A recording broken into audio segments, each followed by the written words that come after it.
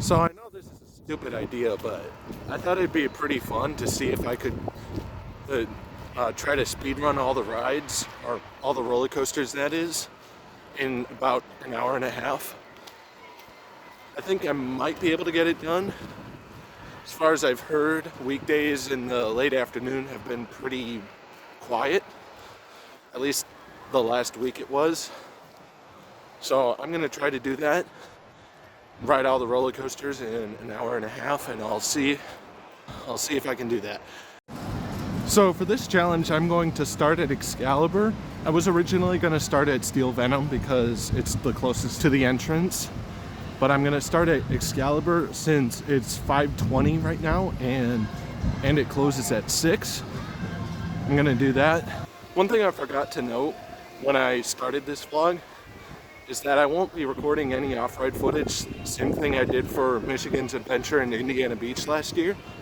I want to do that to save as much time as possible. I do want to note that High Roller has been closed for the day, so I won't be getting on that, but I'll be getting on everything else I can. Shouldn't be too difficult. Also, one thing to note is that there were quite a bit of school groups here earlier. I saw one of them leaving as I arrived. So the lines, I know for a fact, have severely diminished because of the lack of school groups. So that was pretty fast. It's faster than I remember it ever being. Some decent airtime. Even the notorious turn after the first turnaround, the one that I've always said is kind of painful, that didn't bother me as much as I remembered. And even the valley right before the final brake run, that's actually kind of intense. So as a 50th anniversary thing for Valleyfair, the park has added some new water slides, and I can attest, I have gone down those water slides. They're actually pretty sweet. So those are the slides right there. There are two sets of slides right there. There's one right there. Those are the ones that require a mat. They don't seem like they should make that much of a difference, but I generally prefer the one on the left. There are a couple of moments that kind of surprised me in the one on the left. Not too much on the right side. And there are also some, kind of hard to see, some right there. Those are ones that require a tube. You can go down in a single tube or a double tube. Personally, my favorite one of these is the one on the far left. I really like that one. There's some surprises in there. They all actually offer some decent surprises. It's really cool in each of them. Personally, I would have preferred Valleyfair got a new roller coaster for their 50th, but I really like this edition too. It's definitely nice. Very welcome here. So now I'm off to Renegade. I did ride it once earlier this year on the first public day.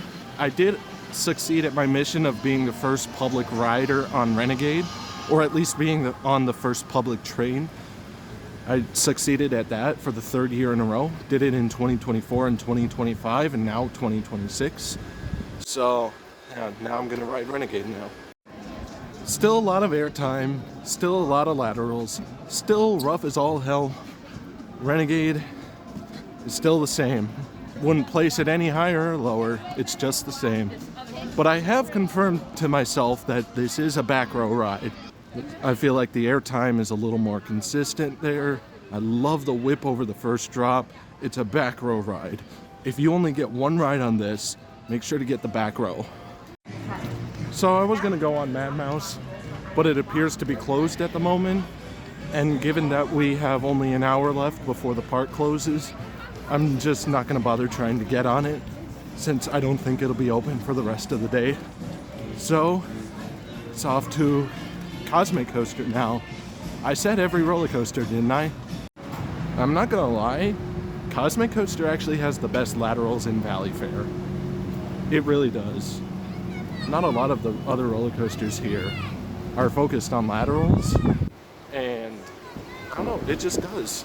It's kind of crazy actually how a kiddie coaster has the best laterals in the park.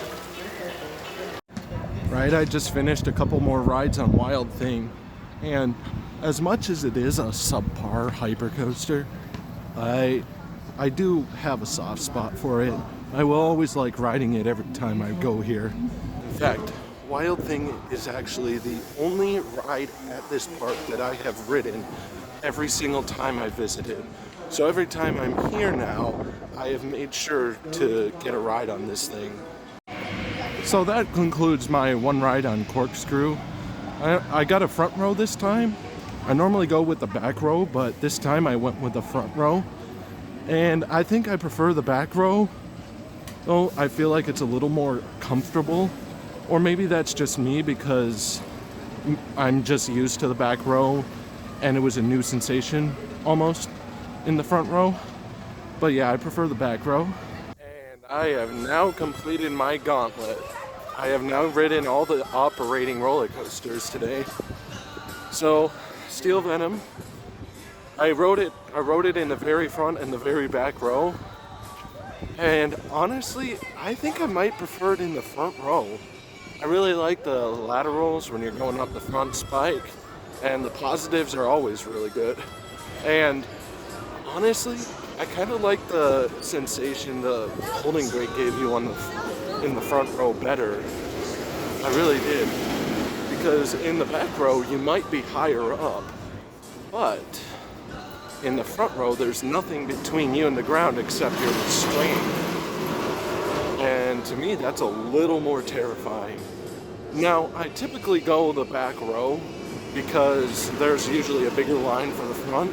Since this was the end of the day, the line for the front row was basically non-existent, and I had first priority since I was in the front of the line. So, yeah, I was easily able to get the front row there, but I always go the back row because there's usually less of a line. So that'll finish it for this vlog at Valleyfair. I don't think I have anything planned until I go to Cedar Point in 3 weeks.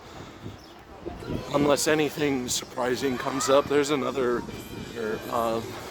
vlog idea I had, but I'm not sure if I'm going to get to that before I go to Cedar Point.